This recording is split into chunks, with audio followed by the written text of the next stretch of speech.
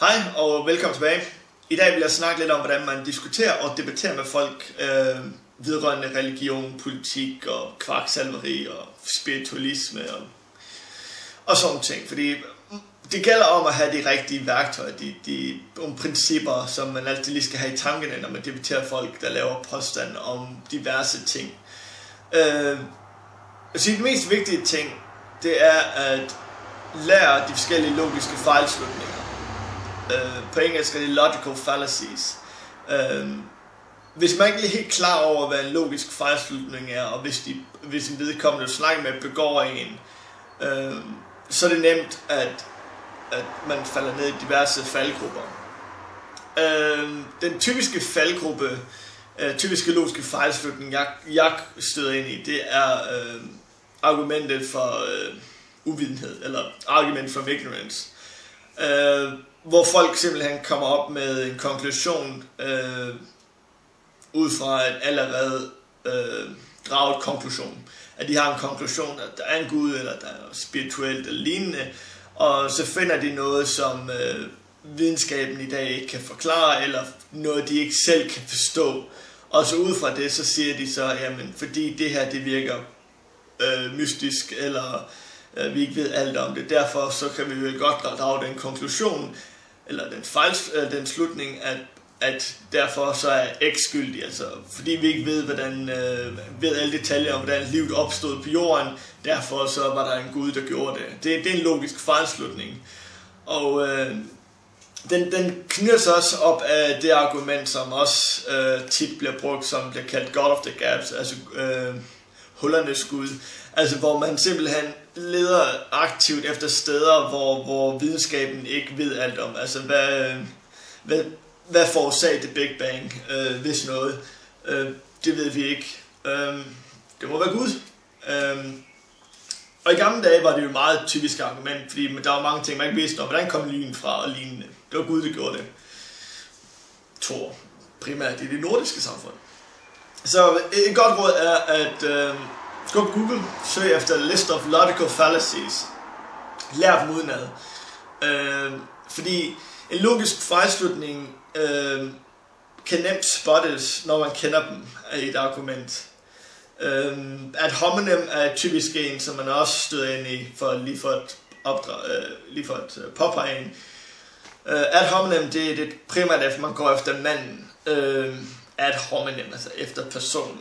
Og det hvis nogen kommer med et argument, eller man videre fortæller et argument, og vedkommende, man fortæller argumentet til, siger, jamen, vedkommende er en idiot, eller vedkommende er muslim, vedkommende er socialliberal, og lignende. Derfor er hans argument ikke gyldigt. Argument i sig selv er det, man skal gå efter. Det kan stå for sig selv, uanset hvem det er, der frembringer argumentet. Du kan heller ikke sige, at alt det Hitler sagde var dårligt, bare fordi det var Hitler, der sagde det jo. Man er nødt til at kigge på hver enkelt ting, og se på det af de argumenter, der bliver frembragt, og ikke se på, hvem det er, der frembringer dem. Man skal altid tage det på argumentets egen værdi, og ikke vedkommendes, der frembringer argumentet. Kreationister for eksempel kan godt lide at bruge Darwin og sige, Darwin han var en idiot, eller sindssyg, eller fanden ved jeg, og så sige, at derfor så evolutionslæren bare noget bras. Så det er en af de også typiske. Men jeg er helt klart, gå på Google, find list of logical fallacies, og så lær dem. På dansk er det en logisk fejlslutning.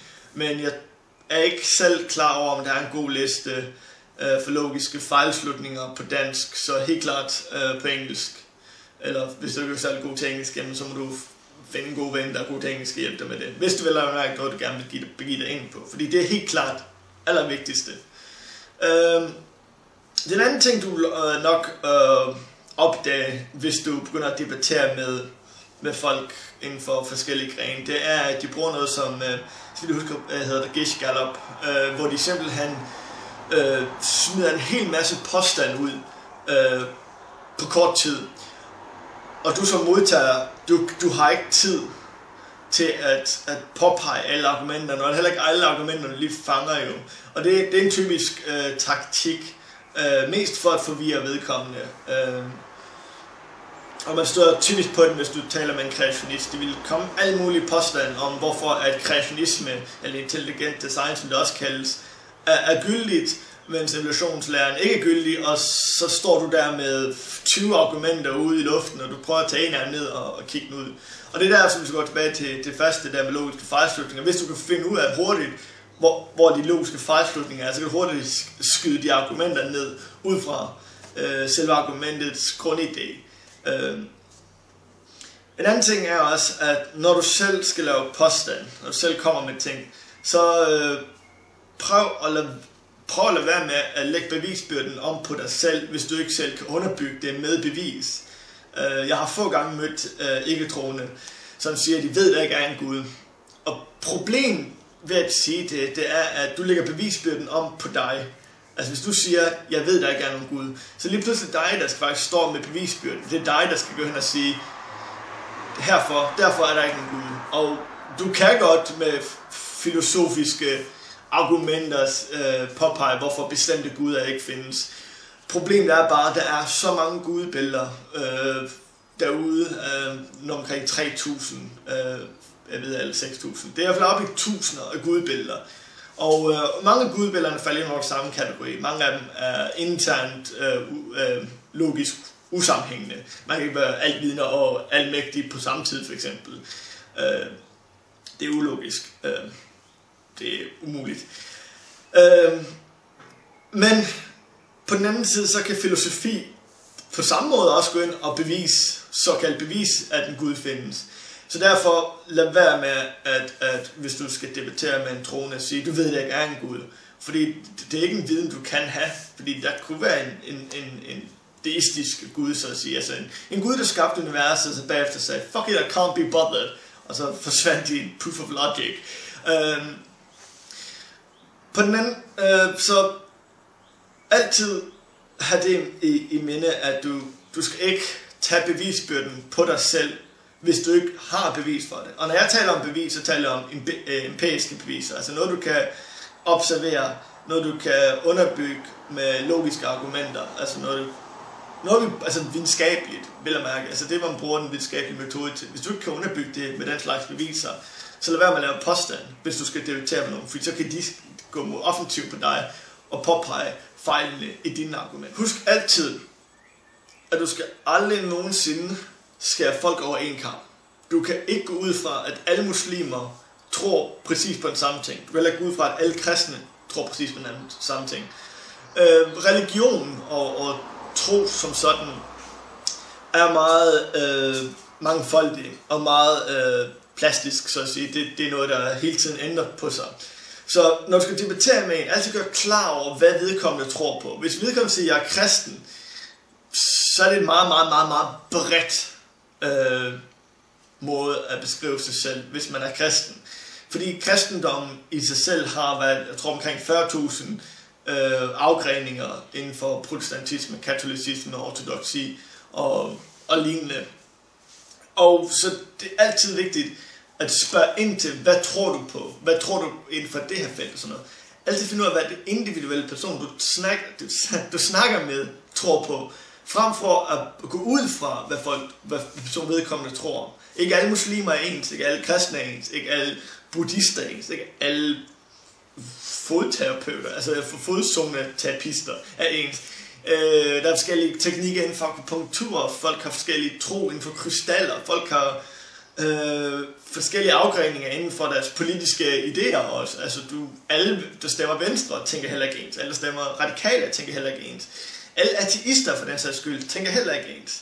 Så det er altid vigtigt, når du diskuterer med en person, at finde ud af, hvad tror personen på. Så du ikke laver et andet logisk fejlslutning, for at gå helt tilbage til starten igen, med at lave en stråmandsargument. Altså stråmandsargument er, hvor du prøver at gå offensivt og sætter op og siger, du tror det her, og det er forkert på grund af det her. Hvor vedkommende, du taler med, faktisk måske ikke tror på det, som du faktisk sætter op.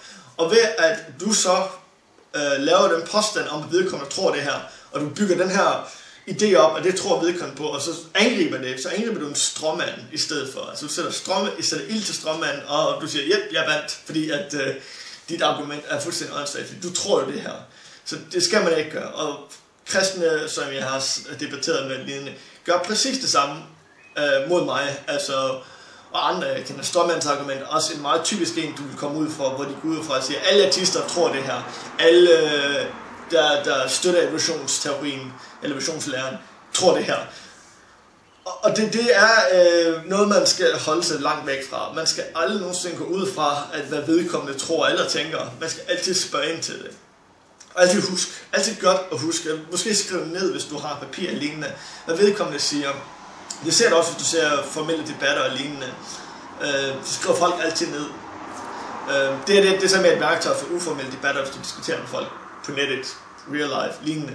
Altid godt at have de her ting in mind. Folk har spurgt mig, om man skal holde en form for respekt. Altså, skal du respektere folks tro?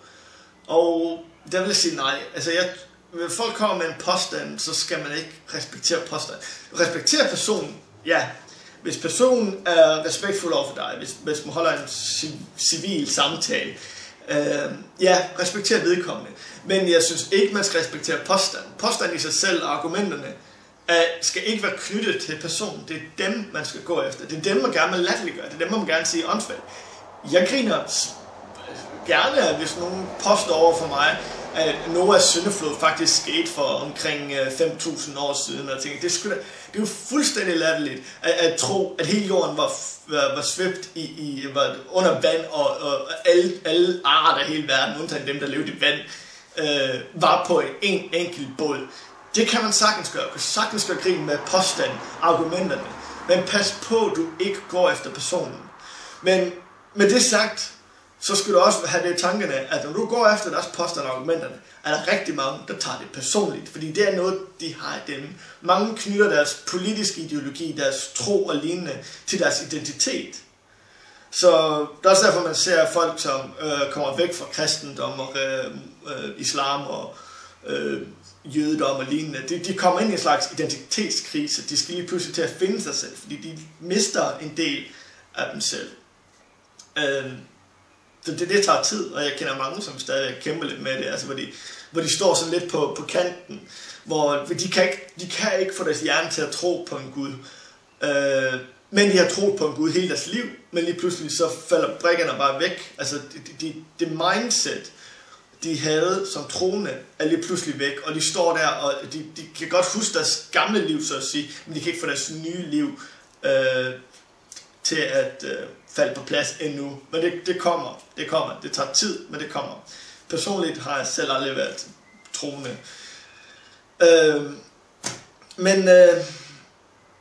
Ja, det var lige nogle værktøjer, jeg lige havde lyst til at dele med jer. Og der er nok noget, jeg har glemt, eller noget, I synes, jeg burde have uddybet eller lignende. Men det er jo det, vi har kommentarfelterne til. Og velkommen til at sprede det her på Facebook og lignende. Og husk, hvis I er interesseret i den for artisme og lignende, så har Artistisk Selskab også en gruppe på Facebook. Den skal I være mere velkommen til at komme ind på. Og udover at sige det, jamen, så kom ud og nyde det gode vejr. Ha' det godt. Hej.